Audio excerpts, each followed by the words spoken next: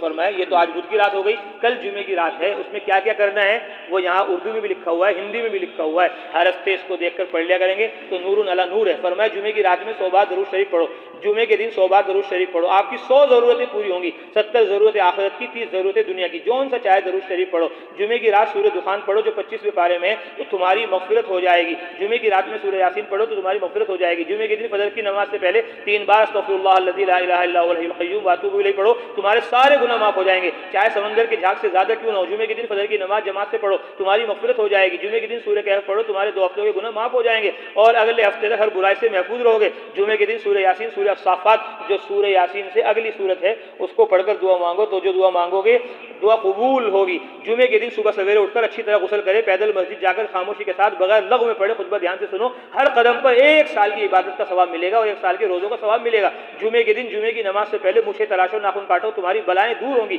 جمعے کے دن صلاۃ التسبیح پڑھو، تمہارے سارے گناہ معاف ہوں گے۔ جمعے کی نماز کے بعد اپنی جگہ سے اٹھنے سے پہلے 7 مرتبہ سورہ فاتحہ